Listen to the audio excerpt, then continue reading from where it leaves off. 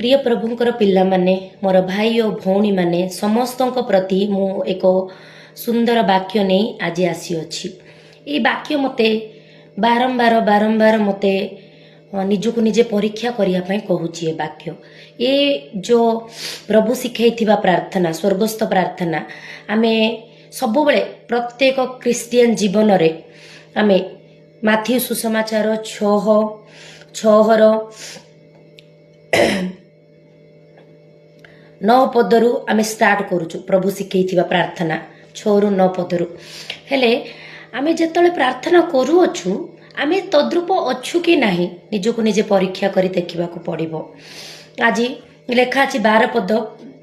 तमे गुरुत्व दियो 12 पद उपरे एक थरे मु पढ़ुछि तमे देखंतु आपण माने ध्यान सह बाइबल खोलंतु देखंतु आम्भे माने जेपरी आपणा आपणा अपराधी मानकु क्षमा करूअछु आम्भे माने जेपरी आपणा आपणा अपराधी मानकु क्षमा करूअछु सेपरी आम्भ मानकर अपराध क्षमा कर। एटा आमे करूछु प्रार्थना रे भाई भौणी माने भाई माने छोट जीए भी वीडियो देखुचंदी समस्त माँ माने बापा माने एक बार एक थर परीक्षा करंछु थरे मात्र परीक्षा करंतु आंब आंब आपणा आपणा अपराधी मानकु आमे क्षमा करूअछु कि सी गोटे कथा कहले आमे चारि कथा ताकू कहि दो राग रे अपराधी मानकु क्षमा करूअछु कि ऋणग्रस्त मानकु ऋण परिशोध न करूनु छाड़ुअछु कि प्रभु आमको केमती क्षमा करिवे एडी तो लेखा अछि आपणा आपणा अपराधी मानकु मु केउ प्रकार क्षमा करे सही परि मोर अपराध क्षमा कर।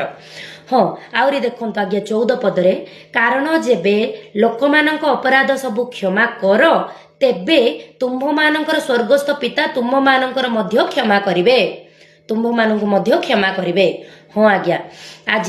तुम्बे लोक मानकु क्षमा करिवो तेबे जाइकी स्वर्गस्थ पितांको ठारू तुमे क्षमा पाइबो। आज्ञा एही वाक्य को ध्यान सह पढ़ ध्यान कर आमे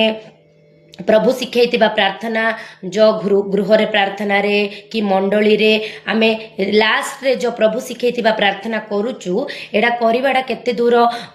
राइट और रॉन्ग मते कमेंट माध्यम रे जणाओ। आज्ञा एतिकी मोर वाक्य थरे चेष्टा करंतु एडा करिवाटा निहाती आवश्यक कि आवश्यक नाही ताहा मु भी एते जानिनी मो निजर मतामत को आपन को शेयर करूअछि आपण जानिथिबा बड़ पालक माननको प्रचारक माननको बुझंतु एडा। हाँ आज्ञा ए प्रकार लेखा अछि 12 पदरे आमे तो निजे क्षमा करू नाहु आमे क्षमा पाइबु कि पचारंतु